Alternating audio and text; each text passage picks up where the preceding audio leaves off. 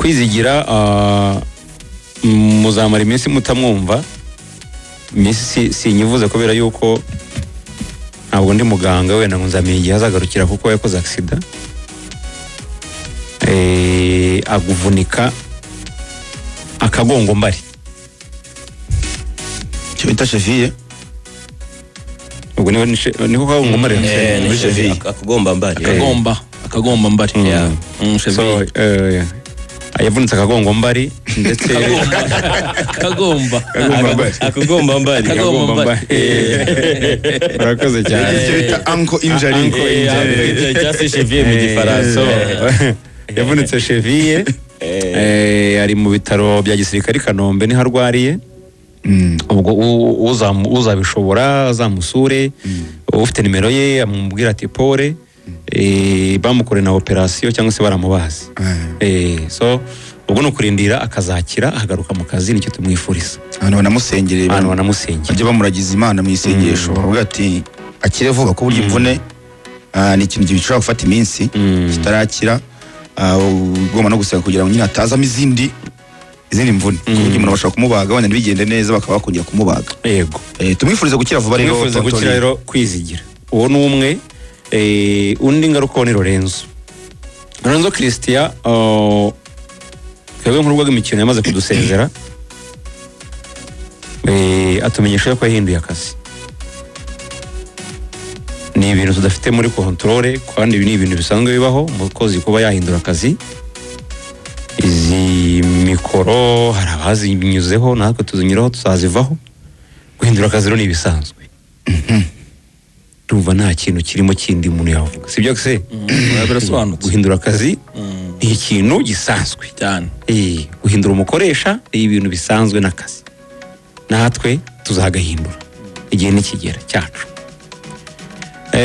Rigani Rugaju, guhera ku wa kane mu masaha ya mu gitondo nibwo hagiye amakuru hanze yuko yafashwe cyangwa se arimo gukurikiranwaho, arimo kujyanwa n'inzego za gisirikare, akaba akekwaho amakosa yaba yarakozwe mu mwaka ushize mu bijyanye n'amafaranga ku ikipe y'Ingabo. Icyo ngicyo agihuriyeho n'abandi benshi, arakekwaho, akaba arimo rero kugenda abibazwa n'izo nzego za gisirikare. Ubwo icyo navuga kuri iyi ngingo ni ugutegereza ubutabera bwa gisirikare icyo buzafata nk'umwanzuro. Icyaha nikimuhama azahanwa, icyaha nikitamuhama azagirwa umwere. Biba ari bibiri mu butabera,